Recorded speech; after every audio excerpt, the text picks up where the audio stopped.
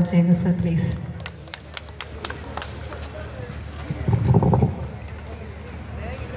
ബഹുമാനനായ അധ്യക്ഷൻ ശ്രീ KP മനോജ് കുമാർ, എൻ്റെ ബഹുമാനരായ സഹപ്രവർത്തകർ തുളസിയേട്ടൻ, സരയുണ്ട്, അഖിൽ മാരാർ, ഇനി ആരാളുള്ള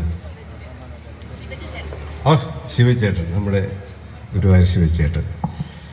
മറ്റുള്ള ആൾക്കാരെയൊന്നും എനിക്ക് അത്ര പരിചയമായിട്ടില്ല. സദസ്സാണോ വേദിയാണോ ഒരു മത്സരമാണ് കേട്ടോ. വേദിയാണോ സദസ്സാണോ വലുതെന്നുള്ള ഒരു മത്സരത്തിൻ്റെ ഭാഗത്ത് നമ്മൾ നിൽക്കുന്നത്. ഇങ്ങനെ ഒരു വേദി ഞാൻ കണ്ടിട്ടില്ല. ഈ വേദി എന്ന് പറയുന്ന അദ്ദേഹത്തിൻ്റെ, മനോജ് കുമാറിൻ്റെ വിഷനോട് ചേർന്ന് നിൽക്കുന്ന, അദ്ദേഹത്തിനെ ചങ്ക് പോലെ കൂടെ നിർത്തുന്ന ഒരു പറ്റം അദ്ദേഹത്തിൻ്റെ ഏറ്റവും അഭ്യുദയകാംക്ഷികളാണെന്ന് വിശ്വസിക്കുന്നു. ഇവിടെ അദ്ദേഹത്തിൻ്റെ വിശ്വാസത്തോട്, അദ്ദേഹത്തെ ഇത്രയും സ്നേഹത്തോടെ ചേർത്ത് നിന്ന് അദ്ദേഹത്തിൻ്റെ ഈ പറയുന്ന മനസ്സിലെ ഒരുപാട് വിഷൻസ് ഉണ്ട് ഈ നാടിന് വേണ്ടി. അതിനെയൊക്കെ സപ്പോർട്ട് ചെയ്യുന്ന സഹൃദയരായ ചിറ്റണ്ടിയിലെ എൻ്റെ പ്രിയപ്പെട്ട കലാസ്നേഹികളെ, സുഹൃത്തുക്കളെ, എല്ലാവരും സുഖമായിരിക്കുന്നല്ലോ അല്ലേ? ഒരു ജാതി മത വർണ്ണ വർഗ രാഷ്ട്രീയ വ്യത്യാസമൊന്നുമില്ലാത്ത ഒരു ജനസമൂഹത്തെ കാണുന്നത് വളരെ ചുരുക്കമാണ്. അതാണ് ഇന്നിവിടെ ഞാൻ കണ്ടുകൊണ്ടിരിക്കുന്നത്. എന്നാൽ ഇവിടെ ഒരു ക്ഷേത്രത്തിൻ്റെ പുനരുദ്ധാരണം, അതിൻ്റെ ചടങ്ങുകൾ, കളിയാട്ട മഹോത്സവം ഒക്കെയാണ്. എന്നാൽ ഒരു പ്രത്യേക വിഭാഗത്തെ മാത്രം കാണേണ്ട ഒരു ജനവിഭാഗത്തെ കാണേണ്ട ഒരു സ്ഥലത്ത് എല്ലാത്തരം ജാതിഭേദമന്യേ ഇവിടെ സമ്മേളിക്കുന്നു. അതുതന്നെ ഈ നാടിൻ്റെ ഏറ്റവും വലിയ പോസിറ്റിവിറ്റിയാണ്. ഇവിടെ വരാൻ കഴിഞ്ഞുള്ള സന്തോഷം ഞാൻ ആദ്യം തന്നെ അറിയിക്കുന്നു. അദ്ദേഹത്തിൻ്റെ പ്രസംഗം ഞാൻ അദ്ദേഹത്തോട് പറഞ്ഞു, ഇത്രയും വിഭവസമൃദ്ധമായ, ഇത്രയും അറിവ് പകരുന്ന, ഇത്രയും പോസിറ്റിവിറ്റി പകരുന്ന, നമ്മളെയൊക്കെ ഊർജ്ജസ്വലരാക്കുന്ന ഒരു അസാധ്യമായ പ്രഭാഷണമാണ് ശ്രീ KP മനോജ് കുമാർ സാർ കാഴ്ചവെച്ചത്. അതിന് അദ്ദേഹത്തിന് ഞാൻ പ്രത്യേകം അഭിനന്ദനം അറിയിക്കുകയാണ്. അത് ഞാനൊരു പ്രാസംഗികനൊന്നുമല്ല. ഞാൻ ഈ സിനിമയിലൊക്കെ അഭിനയിച്ച് അവിടെ ഇവിടെയൊക്കെ ചില ഫംഗ്ഷനൊക്കെ പോയി വല്ലതൊക്കെ ഒന്ന് രണ്ട് വാക്ക് ഇങ്ങനെ മനസ്സിൽ വരുന്നത് പറയുമെന്നല്ലാതെ ഒരു പ്രസംഗത്തിൻ്റെ രീതിയൊന്നും അറിയില്ല. അതുകൊണ്ട് ഇത് കേട്ടതോടെ ഇനിയിപ്പോൾ എന്തിനു പ്രസംഗിക്കണം, അദ്ദേഹം മുഴുവൻ പറഞ്ഞു കഴിഞ്ഞില്ലേ, നമുക്കറിയാനുള്ളതൊക്കെ അറിഞ്ഞു കഴിഞ്ഞില്ലേ എന്നുള്ളൊരു രീതിയിൽ ഇരിക്കുകയായിരുന്നു. നമ്മുടെ അഖിൽമാരനെ ഒട്ടും മോശമല്ല കേട്ടോ. അഖിൽമാരനെ നമുക്കറിയാമല്ലോ, അസലായിട്ട് പ്രസംഗിക്കും. അപ്പോൾ അങ്ങനെയുള്ള നല്ല പ്രാസംഗികരൊക്കെ ഇവിടെയുണ്ട്. അതുകൊണ്ട് ഞാൻ അധികം സംസാരിച്ച് നിങ്ങളെ മുഷിപ്പിക്കുന്നില്ല. ഞാൻ ഇങ്ങോട്ട് ഈ തൃശ്ശൂരിൽ നിന്ന് ഇങ്ങോട്ട് വന്നപ്പോഴൊക്കെ എൻ്റെ പഴയ സിനിമാകാലമാണ് ആലോചിച്ചത്. ഈ 91-92 കാലഘട്ടത്തിൽ ഇവിടെ ഈ ഷൊർണൂർ അല്ലെ വള്ളുവനാടൻ മേഖലകളിൽ സ്ഥിരതാമസമായിരുന്നു.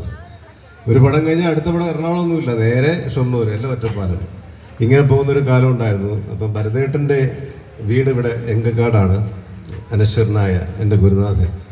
അവിടെ എത്തിയപ്പോൾ മനസ്സുകൊണ്ടൊന്ന് പ്രാർത്ഥിച്ചു.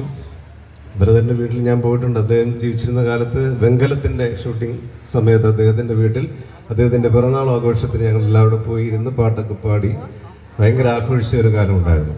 വെങ്കലം എന്നുള്ള സിനിമയ്ക്കാണ് ആദ്യം ഞാനിവിടെ ഷൊർണൂരെത്തുന്നത്. പിന്നെ അങ്ങോട്ട് എത്രയോ സിനിമകൾ, ഒരുപാട് സിനിമകൾ, നമ്മുടെ അനന്തഭദ്രം അടക്കം, ദിഗംബരൻ അടക്കമുള്ള സിനിമകൾ ഒറ്റപ്പാലം ഇവിടെയൊക്കെ ഷൂട്ട് ചെയ്തതാണ്. എൻ്റെ ഒരു സെക്കൻഡ് ഹോമാണ് ശരിക്കും ഈ വള്ളുവനാടൻ പ്രദേശം. അതുകൊണ്ട് ഇങ്ങോട്ട് വരുന്ന വഴിക്കൊക്കെ ഒരുപാട് ഓർമ്മകളായിരുന്നു. അങ്ങനെ വന്ന് ഇങ്ങനെ വന്ന് നമ്മുടെ ഈ ചിറ്റടിയിലേക്ക് എത്തിയപ്പോൾ ഒരു ഭയങ്കര കുഗ്രാമം ഫീലുണ്ട്. അപ്പം ഞാൻ ഈ കോർഡിനേറ്റർ പറഞ്ഞ കാര്യങ്ങൾ ആലോചിച്ചു, ഇത് ഇത്രയും ജനപ്രളയം വരാൻ പോകുന്ന ഒരു സ്ഥലം ഒന്നുമായിട്ട് തോന്നുന്നില്ലല്ലോ എന്നോർത്തു. പക്ഷെ ഇങ്ങനെ കയറി വന്നപ്പം ഒരു മാരാമൺ കൺവെൻഷനുള്ള ആളുകൾ ഇവിടെ കാണുന്നുണ്ട്. ഞാൻ സത്യം പറഞ്ഞാൽ ഞെട്ടിപ്പോയി. കാരണം അത്രയധികം വണ്ടികൾ പാർക്ക് ചെയ്തിരിക്കുന്നു. ഈ ജനം മുഴുവൻ എവിടെ പോയി നോക്കിയപ്പോൾ ഇങ്ങനെ കയറി വന്നപ്പോൾ നിങ്ങളെല്ലാവരും ഇവിടെയുണ്ട്. ഞെട്ടിക്കുന്ന ഒരു സത്യമാണ്. അത് മുഴുവൻ ഈ നാടിനോടുള്ള സ്നേഹമാണ്. ഈ നാടിനെ സ്നേഹിക്കുന്ന അദ്ദേഹത്തിൻ്റെ അദ്ദേഹത്തിനോട് ചുറ്റുമുള്ളവരുടെ അവരോടുള്ള സ്നേഹമാണെന്ന് ഞാൻ വിശ്വസിക്കുന്നു. ഈ കൂട്ടായ്മ എന്നും വലിയ വിജയത്തിലേക്ക് വരട്ടെ. ഈ നാട് അദ്ദേഹം പറഞ്ഞ ആ വിഷൻസ് മുഴുവൻ സാധിക്കട്ടെ.